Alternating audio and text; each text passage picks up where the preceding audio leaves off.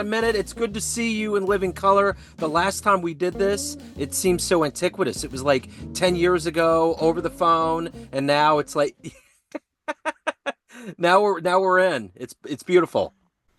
Well, thank you for contacting me, Joe. And I've seen you so many times, and I've really studied you at the kid, and it's like because that's the only instrument that I can kind of play is the drums. So I always love it. And your handle, I mean, your handle overall is wondrous, but the way you are with brushes, like it's so expressive. It's like I remember when I was learning the drums, I was told, whatever you do, do not beat the hell out of it. It doesn't show anything. You're not John Bonham, so just go with it. Get finesse, get the rhythm, get the timing, and then everything will follow. And I always think about that when I watch you because there's a level of you that just there's a technicality. You're moving. You're like octopi arms, and everything just comes together and works. You know? well, thank you for saying such kind things. I Yes. appreciate it. You bet. So let's get into Wiretown. I know there's so many things that are going on with you. You're still very prolific locally, performing all over the place in different incarnations from the Tuesdays at noon at Johnson County Community College to the Blue Room and places in between. But Wiretown, that's a special project. There's so many elder cats that are bridging this bridge between your generation and the Gerald Spaits generation. So talk to me about how you got into this group and how it works. It's a dream come true to play with them. I first met Danny and Rod when I moved here in 2008 for college, maybe even a little bit before, attending some jazz camps at UMKC Yeah. that they were teaching at, and I just felt an immediate musical connection with them, and so I just always I would take every opportunity to play with them, and now I'm so honored to be able to play with Danny in his trio on Fridays and Saturday nights. That's like a amazing experience every time. And then Wiretown is Danny plus Rod. So I've played with Rod in usually a trio format or a quartet or a quintet, and I've played with Danny many times, and it's so great when they're by themselves, but together they are something very special. It's like supernatural, the connection that they have together. It's Wow. amazing. I'm sure Yeah. I'm sure you know what I'm talking about if you've Yeah. heard it. Yeah. It's especially astounding live, when you're right there watching it Absolutely. happen.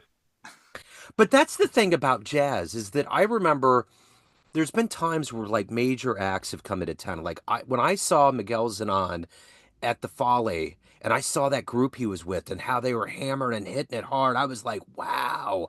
Because it's one thing on a recording, but when you're exchanging actual energy particles in a room and you see how it all comes together and that actual, especially post COVID, like the fact that we could all share this together, you got to see this happen before your eyes, which just launches a thousand dreams of seeing like Chick Webb or Charlie Parker, or any of those cats in the day, like what it would have been like to watch that happen live would have been astounding, you know? So talk to me a little bit, the interesting thing about your career trajectory, and I'd mentioned already how many gigs I've seen you at. You're very active. What have you absorbed from these Kansas City legends, from this rich lineage that you've taught younger players or that has enriched you on your musical journey? Well, it seems that they're all very focused on having a connection, a musical connection.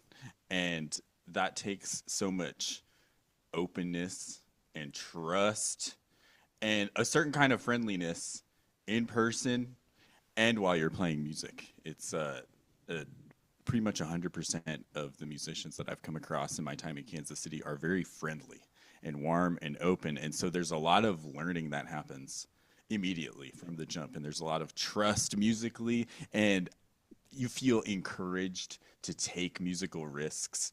You feel, like you have. They give it to you, and Yeah, then you have it. yeah, I don't know what it is, but they're generous with it, yeah. and it's so much fun to play with them. But that's kind of the way the jazz elders are overall. It's always about passing the baton on to the next generation, keeping that torch as bright as possible. There always seems to be that kindred spirit. And that's kind of the cornerstone that I always hear about Kansas City musicians. It's just a very enabling environment to foster the old and the young together. Yeah. So let me ask you this. Okay. The one other thing that I noticed about COVID was that a lot of cities watched clubs close. And I was Mhm. really afraid for the Green Lady and the Black Dolphin because that's really kind of one of the preeminent clubs. What does it mean to be so interwoven in this history of the Green Lady Lounge and Wiretown's a part of that tradition? What does this mean for you as a musician projecting the Kansas City vibe? Well, I'm grateful that it was not a casualty of the COVID era. Yeah. As you said, so many places and clubs and restaurants and other really beautiful establishments were. So, that's a good thing. I'm sorry. I don't really know like how to necessarily, where its place in history is Right. yet Right. because it seems like so kind of new. I Right. guess I started playing there way back in a 2012 or 2013, but Yeah. that seems like just like yesterday to me Right. still. Right. Right. Um, It does seem like that. I always think about I asked Chuck Israels at one point about being in the middle of that whole soup when it was happening with okay. Chet Baker and Miles and all of those cats and everything that he was doing. I was like, were you guys cognizant that you were etching this era of jazz that was going to be iconic? What was your thought? And he was like, no one knew. I mean, we were, and that's I guess that's why I'm asking the question. I think you're so inside the peanut butter jar, you can't see the label. I mean, it's just this Yeah. thing that's turned into a monolith by proxy. Hmm. Yeah, that's a good way to put it, Joe. Okay.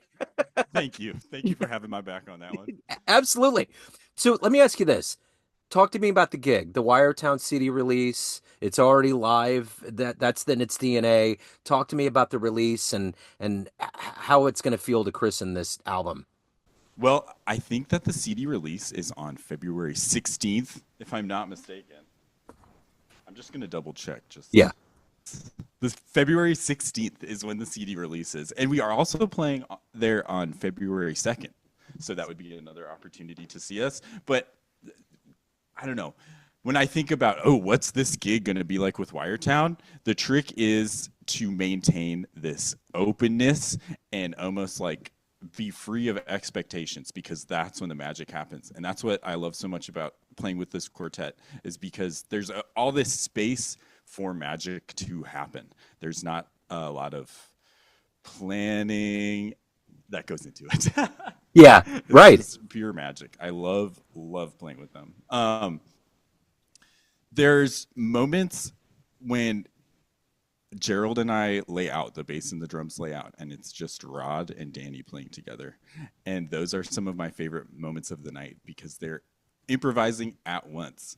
And it is really astonishing how they can, both be spontaneously composing, but maintain this connection and really make the feeling is as if they're still drums and bass, of course, because their time feels are so unique and infectious and contagious.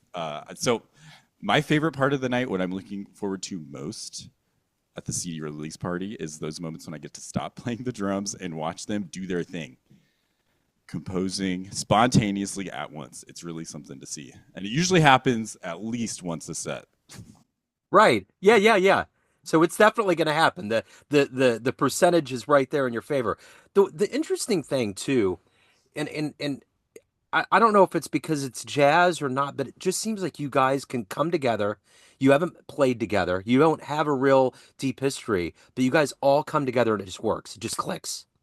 Yeah, I mean, I would say that I do have a history with each one of these musicians, though. Okay.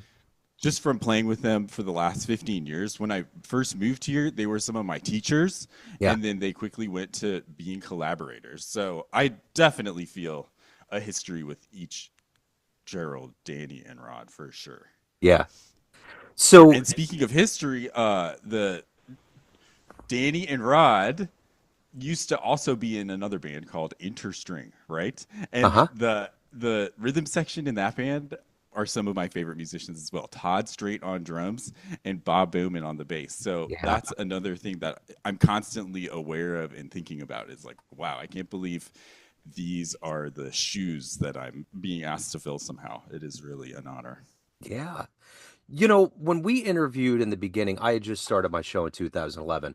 I was trying to wrap my head around what was going on here. And, Herman Mahari and Peter Schlam and all these cats, you and everybody, you guys were all in this group that came under the tutelage of Bobby Watson and the Yes. UMKC program, right? And Yes. now we've kind of graduated to Carl and Carl Allen and the program and a new crop. So my question to you is this: when you look back on the beginnings of your career and being firmly entrenched in this Kansas City scene, how is it? How has the evolution been from your era to this new one? How do you feel?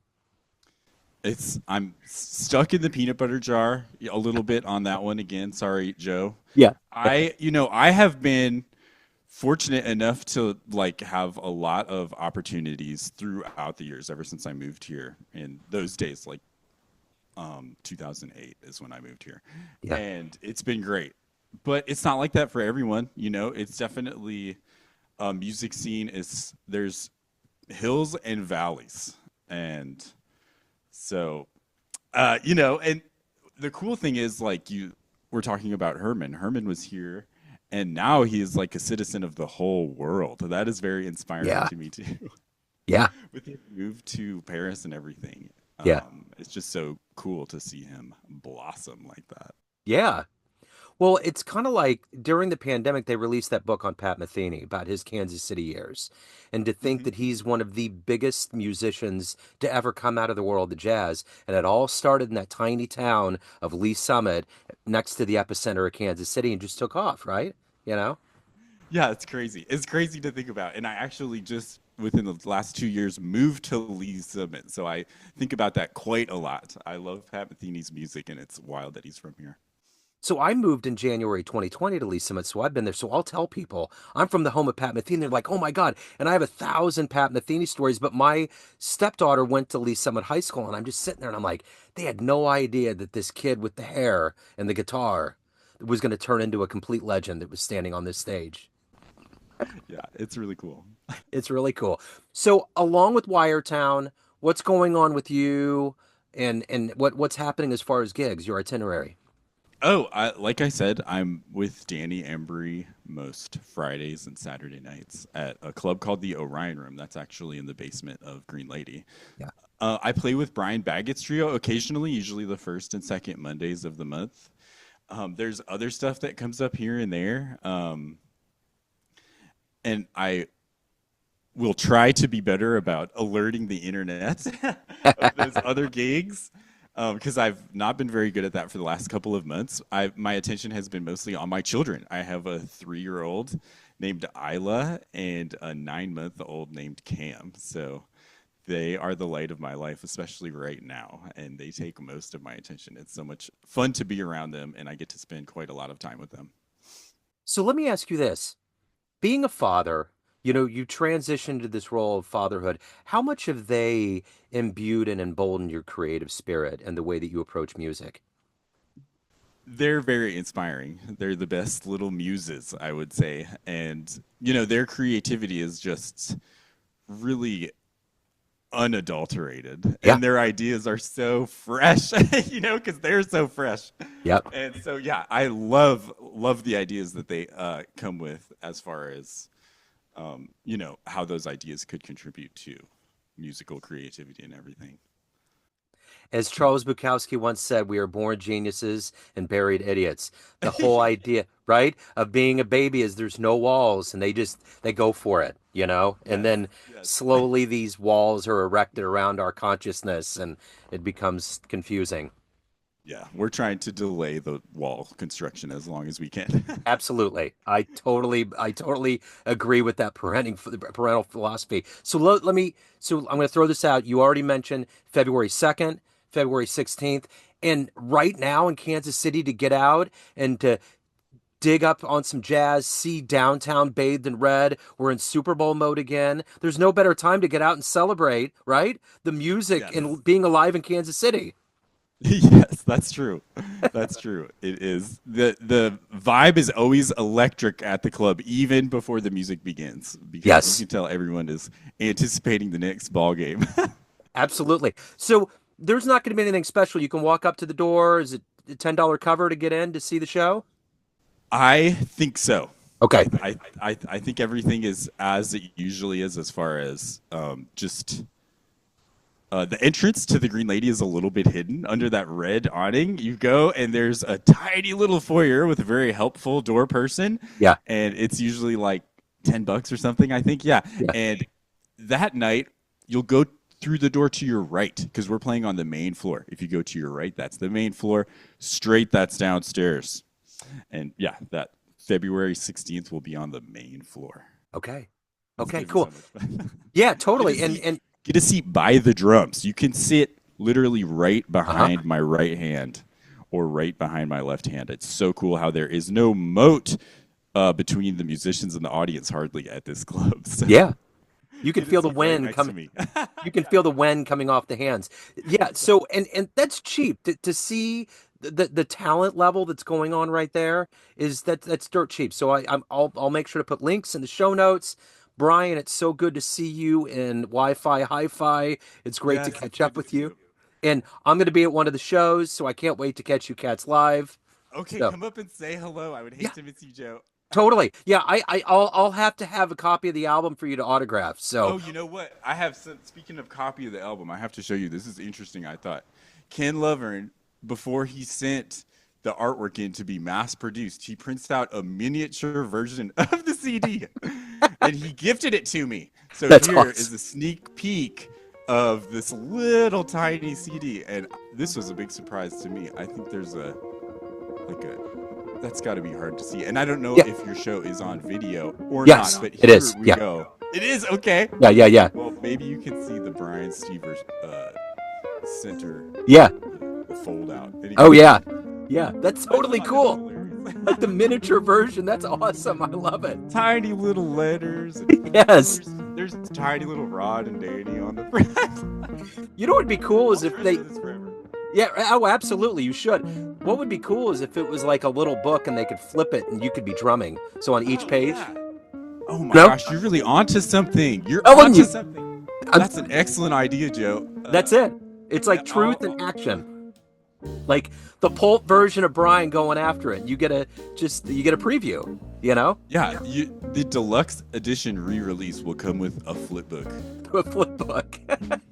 And it could be for all of you guys. It could be Gerald, it could be Rod, everybody's gonna get their own flip book, you know? Yeah, you gotta get 4 copies of the record so That's you can collect them all. It's that kind of thing, and it's gonna sell like hotcakes, I'm sure.